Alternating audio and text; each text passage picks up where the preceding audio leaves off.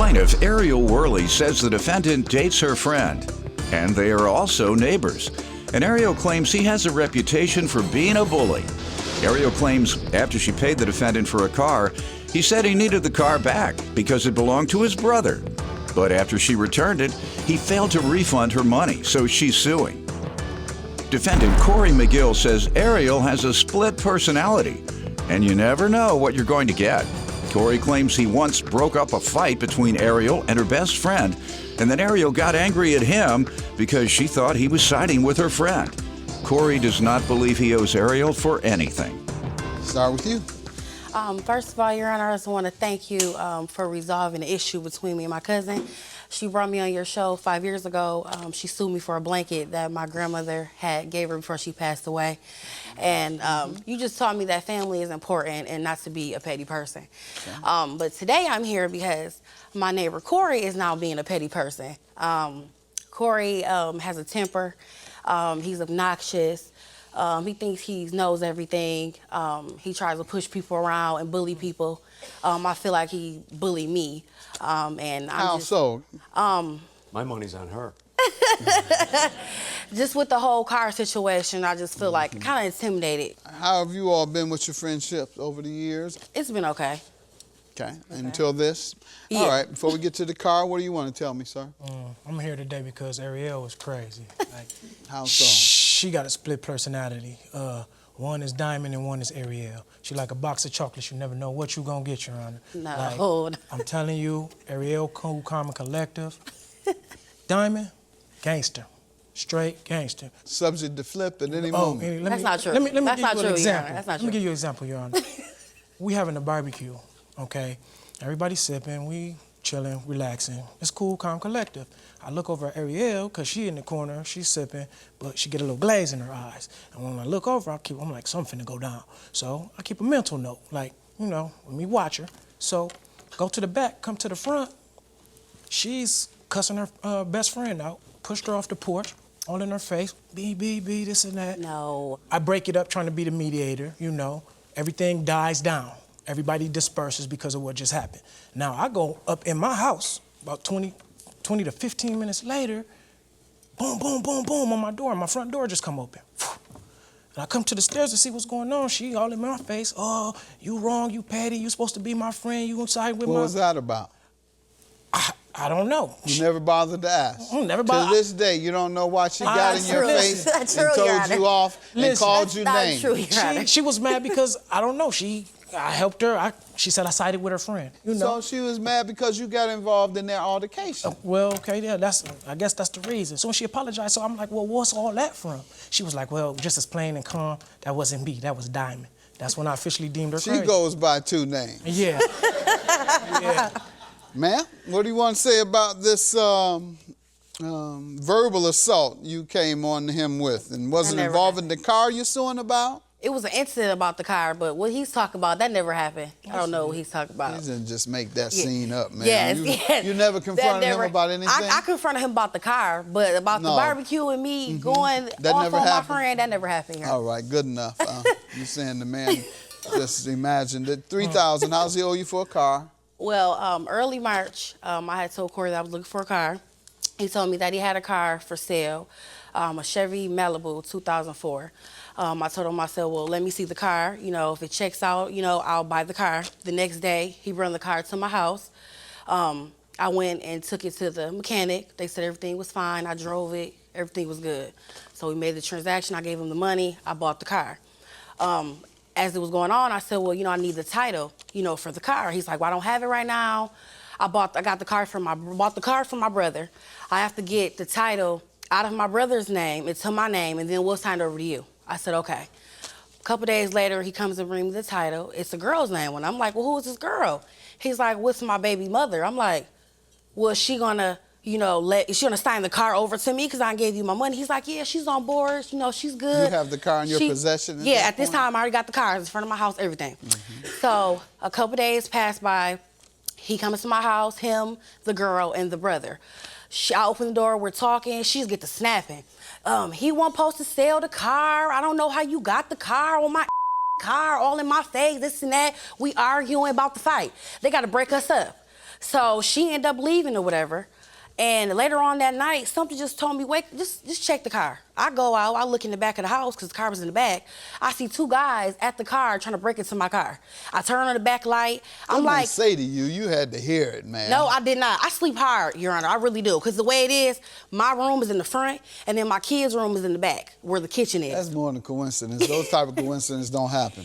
It was God. Say that then. Okay, it was God. God was telling me to wake up. That's right. The Lord woke you up. The God woke me up. All right, you got so much devil in you, you can't believe it. No, Your Honor, no. All right. So, I see the guys or whatever, like I said, I say something, I turn my light on.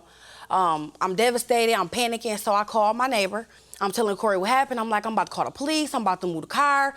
Do you think the girl brought some people over here to get the car? He's like, no, I don't think so. No, I don't think so. Don't call the police.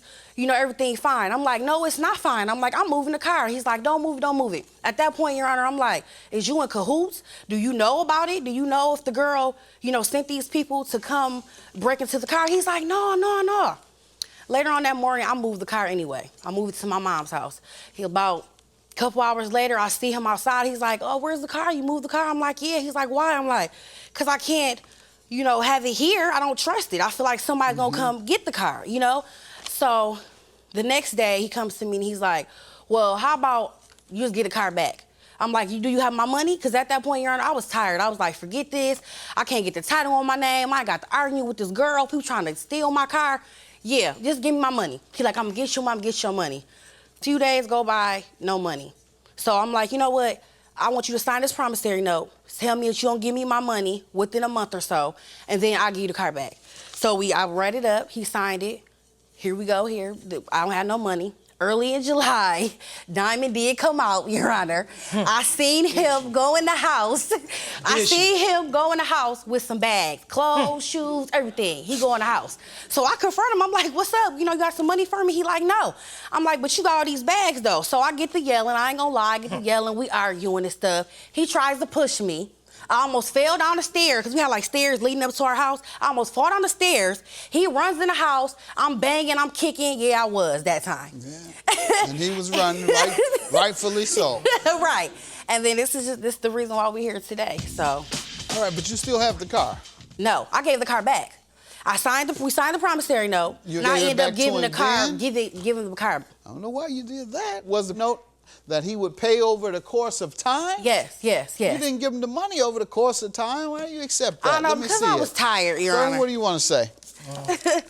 To the extent is, I don't think I owe her because it was my brother's. Tell me what happened. You described the transaction. All right. It was my brother's car. It was his baby mama car, but she called me and let me know that she was looking for a car. So my brother happened to call me at the same time. Another coincidence. Y'all have a lot of coincidences. So he like, I'm selling the car, such and such. So I'm like, all right, well, that'll work out, you know. So my neighbor want to buy a car. So now we make the transaction. I make the transaction for him, get her the car, get the title. Come to find out through my family that he got into it with his baby's mom, and it was her car initially. He sold her car. She reported it stolen. So as far as me trying to get the car back, I'm trying to keep my brother out of jail. Ma'am, do you recognize, and I'll let you tell your story just for the sake of letting you take it, but do you recognize that he and his brother conspired? Yes. Okay, now you do know that's what happened. Yeah, all right. now The time he said that just so happened when you needed a car, his brother at that very moment just so happened to have told you he was selling his ex's car from up under her nose. Right. All right, so got it. As long as you know that. I'm sorry, go ahead. So, anyway, okay, made the transaction. Made a transaction with who? With Ariel. No. Start from when you and your brother agreed that you had you a car purchaser. He told you that, oh, that's good because something about the mother of his child. What was that? No. I found out through family that him and his baby mom had got into it, you know, because he had another baby on her, so he tried to sell her car because they was breaking up. So when that happened, I came back to Ariel like, look, you know, it's a situation with the car. No, well, you're missing something. He told you I have a car for you to sell, right? Your brother. He said he had a car for sale. Yes, that's what I just said. Yeah. And he gave you possession of the car. Yeah, yes, Your Honor. And he gave you title to the car. Yes, Your Honor.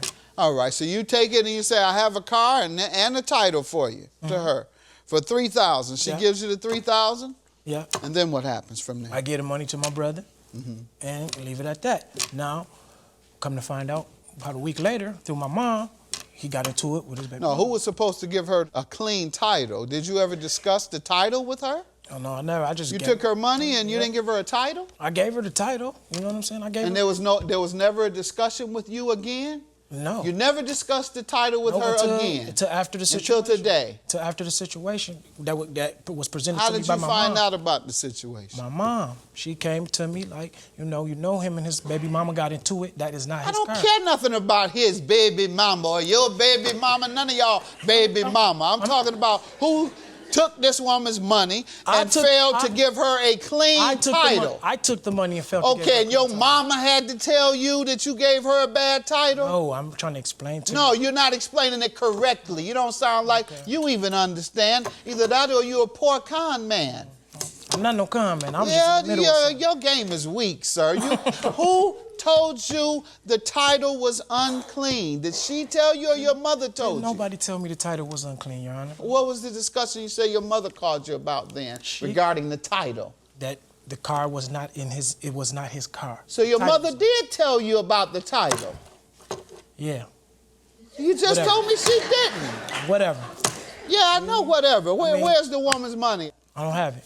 Why? Why? Because I Yeah, don't what'd feel you that do I with the feel that I don't owe her. I $3,000? gave it to my brother. I don't feel that I owe her. Why did you give it to your brother? Because he the one was selling her the car. Right, but he didn't give you a I was just a title. middleman.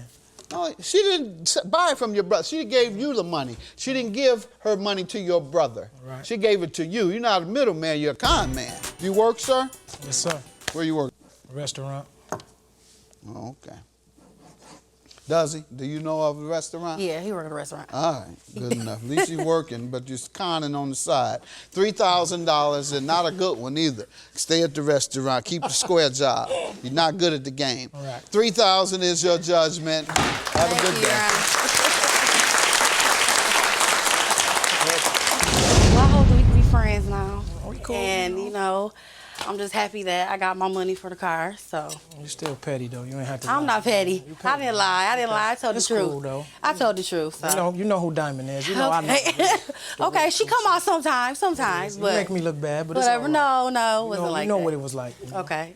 It's all good, though. All right. It's all good.